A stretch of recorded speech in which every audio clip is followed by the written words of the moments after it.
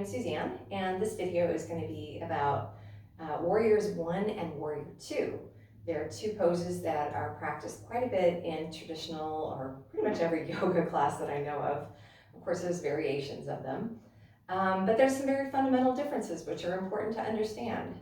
How to get into it, how the pelvis orientation or the arm orientation is different. Energetically, they're pretty similar. They're both strong yoga poses that really help us to strengthen the legs and help our posture from the bottom up. But anyway, and they're also they feel like very empowering poses. So I'll start with Warrior 2. Warrior 2, we usually come into it from a wide stance. Now the width depends on how comfortable you are in standing wide, how much flexibility you have in your inner thighs, the stability you have from a balance perspective. You can always practice this with a chair in front of you if you are someone that needs a little bit more assistance there. Starting from a wide stance, we're going to rotate the right leg. I'll start with the right, all the way around from the hip joint. So you want to make sure that the whole leg turns in the hip joint. So that foot faces straight out at what would be, I'm going to call that's going to be my front foot, 12 o'clock. And then I'm going to slide my back heel back about 1.5 to 2 inches. I am more comfortable with a heel to heel alignment in my feet. Classical form is heel to arch. So if this were my back heel turned out a little bit, my front heel would intersect the back arch. Okay, so that would be the foot alignment, something like this. I go heel to heel because it offers a little bit more space and comfort for my pelvis. Women are wider in our hips than men. So I'm going to walk my front foot just a couple inches over to the right. All right, everything else stays the same. You'll notice that my hips have a slight cant. They are not facing the long edge of the mat, but they're more oriented toward the right, going from left to right. But they are not facing the front foot. They're more, I hate to use this word, but in an open position or more facing the long edge of the mat, but not completely, okay? So you're gonna allow the hips to have that slight cant. We're going to bend into the right knee, stopping when the knee is over the ankle. This is a lunging effect on the front knee. Want to make sure the center of the knee faces the center of the foot, approximately, and the knee is not going past the heel or ankle, so you're not going forward. It's staying relatively straight up and down or just behind. And that's, again, there's a lot of just general alignment, but it really depends on your own body. You want to make sure that you're safe. So just some general principles here in these videos, but we can always fine tune those for individual bodies.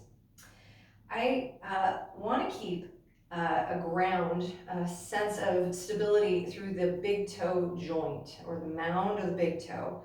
So I'm going to make sure that the inner heel and the big toe are pressing down. And I'm going to firm my right hip in toward the midline. My booty moves out and my knee would tend to rotate inward, and that is not something we want. You want to pull the hip in and keep that knee aligned straight ahead. And so by moving one end of the spectrum here, my hip joint inward toward the midline, the knee rotates a little bit outward toward the lateral, okay? But general alignment in the middle of the foot. The back leg stays straight. I want to reach all the way through the outer edge of the back foot, not rolling my ankle outward, but keeping a firm, clean edge down.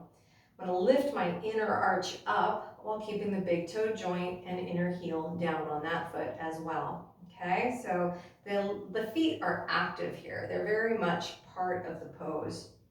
The legs are active. Back leg is strong. It's firming. It's firming in. I'm not pushing it forward. I'm hugging that back into the midline, front hip into the midline, coming together, meeting in the middle.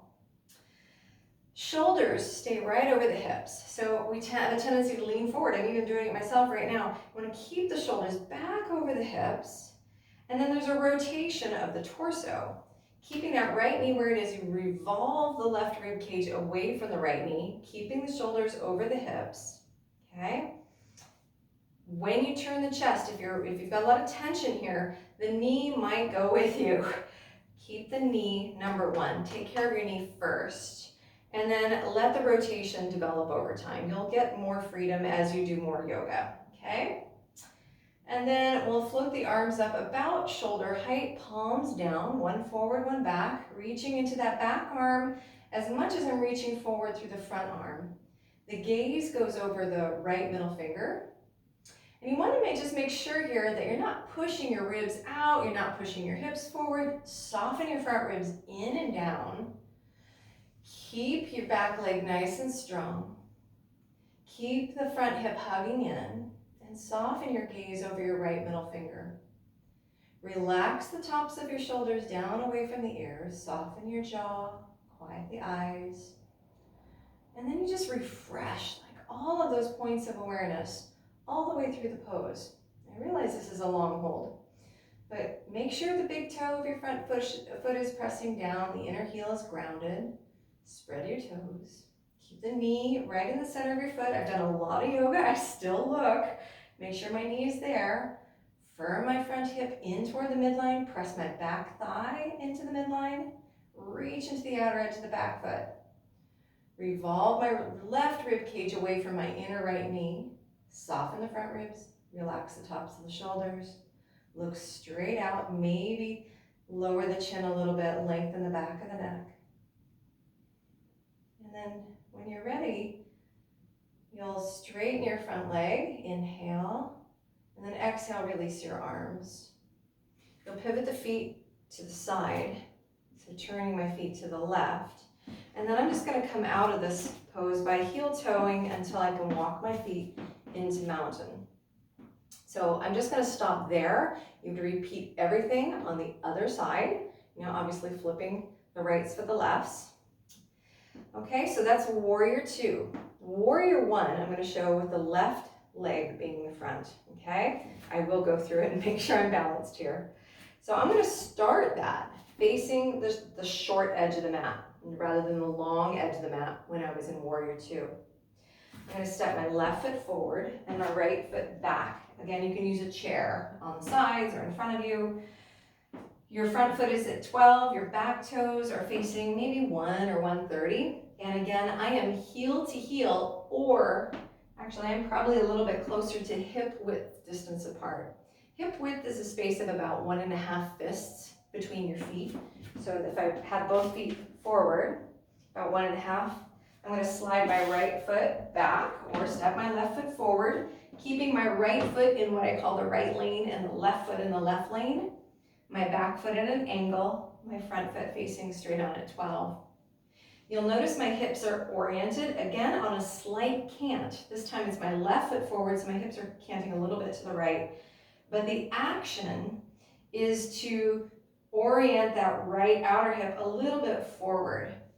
You have to make sure that the back foot is in line with what's happening, what you're asking of the hip. That's why the position of the foot is so important. If you had your foot turned way out and you asked your hip to come forward, your knee is going to take the brunt of that force. So make sure the toes are pretty far forward, not parallel, but pretty far forward. And then keeping that back leg nice and straight, you'll gently rotate that back hip a little bit forward to its natural stopping position. Okay? As you're doing that, big toe of the front foot presses down. You're hearing similar alignment points, even though they're very different poses. So we're finding stability from the ground and we're building the pose all the way up. Okay, so my back leg is straight, the back foot is grounded, the front foot is grounded, my hips are turning a little bit toward the front. Then, particularly if you're someone that has a low back, a lot of congestion or tightness in the low back, you might want to lengthen the low back by drawing up on the front of the pelvis. This is going to give a nice stretch to the front of this hip. What does that look like? Well, the frontal hip bones, they draw up toward the low ribs. And these two parts of the pelvis, they draw up. Front rib stays just nice and soft. And then we bend the front knee either to right over the heel or ankle or just behind it, wherever you're comfortable there. You keep all of that work. Arms are down by your sides. Turn the palms forward. If you're using a chair for stability, it's probably on your left side with your right arm free, okay? You could do that. You can continue to hold the chair with your left arm and just take your right arm up. Or if you've got stability, you can take both arms up. Your palms face toward the midline. Keep the arms about shoulder width distance apart. You can take them a little bit wider if that's more comfortable. Keep breathing, gaze out over the horizon. Refresh everything. Big toe of your front foot pressing down, knee tracking straight ahead. Outer right hip rotating a little forward while maintaining the outer edge of that back foot down. Lifting the front of the pelvis up, lifting the arms up. Maybe your gaze can go up. Soften your jaw, quiet the eyes. If your shoulders give you any fits here, you can get nice and strong arms by keeping them active and reaching up. But you can also bring the hands to your heart, hands to your hips. You can have your arms out to the sides, palms kind of rotating open. That's a nice shoulder strengthener for the backs of the shoulders. You can keep your hands on a chair. Do what's best for you here. This is a pretty invigorating pose, both of them. And then after your time, you're going to straighten that front leg. Again, my left foot is forward, so I'm going to pivot the hips and the feet to the right. You do the opposite if you had your right foot forward. And then heel toe until you can step your feet in. So warrior one, arms are up.